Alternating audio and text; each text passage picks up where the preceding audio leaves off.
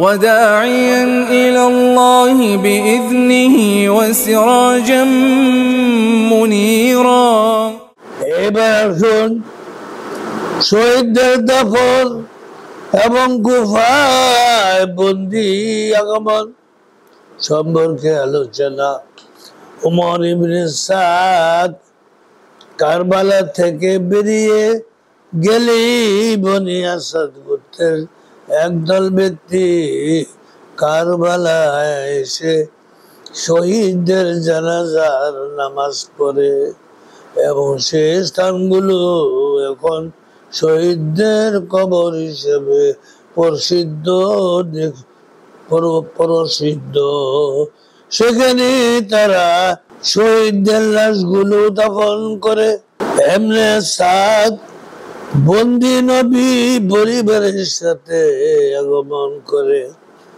এমনে সাদ বন্দী নবী পরিবারের সাথে আগমন করে। আর তারা কুফার নিকটবর্তী হওয়া মাত্রই কুফাবাসীরা তাদের দেখার জন্য সেখানে সমবেত হয়। কুফা নগরীর এক মহিলা ছাদের উপর থেকে উচ্চস্বরে জিজ্ঞেস করলো, তোমরা কোন দেশে?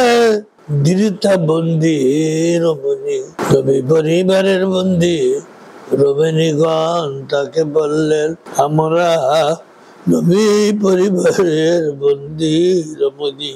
ওই মহিলাটি ছাদ থেকে নেমে এসে ঘর থেকে পোশাক পরিচ্ছদ পরিধেয় বস্ত্র এবং মাথার চাদর নিয়ে এসে তাদেরকে দিল।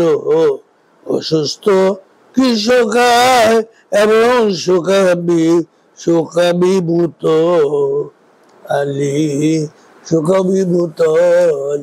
ইবনুল হুসাইন রাদিয়াল্লাহু এবং ইমাম হাসাইন রাদিয়াল্লাহু আনহুর পুত্র দ্বিতীয় হাসান, যিনি পিতৃব্য ইমাম হুসাইন রাদিয়াল্লাহু আনহু শাহাদাতে কারবালার যুদ্ধে অংশগ্রহণ করে আহত হইয়াছিলেন, তিনিও যুদ্ধ বন্দীদের মাঝে ছিলেন।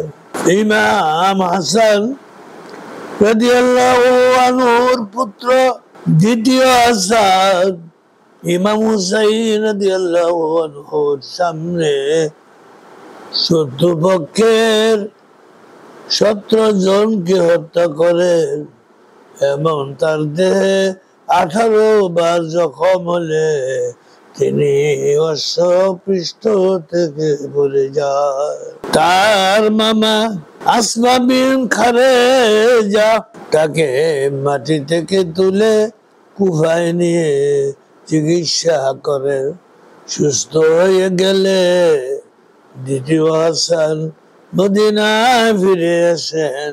সায়দ ও আমরের বন্দীদের মধ্যে ইমাম হাসান মুস্তাবার সন্তানগণ ছিলেন।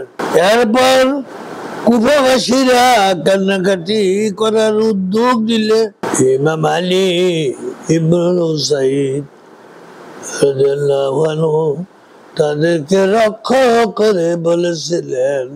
এরপর কুফাবাসীরা কান্নাকাটি করার উদ্যোগ দিলে ইমাম আলী ইবনুল হুসাইন রাদিয়াল্লাহু আনহু তাদেরকে লক্ষ্য করে বললেন, আতানওয়াহুনা ওয়া তাবকুনা মিন নাজনা ফামান যাল্লাযী ফাতালানা।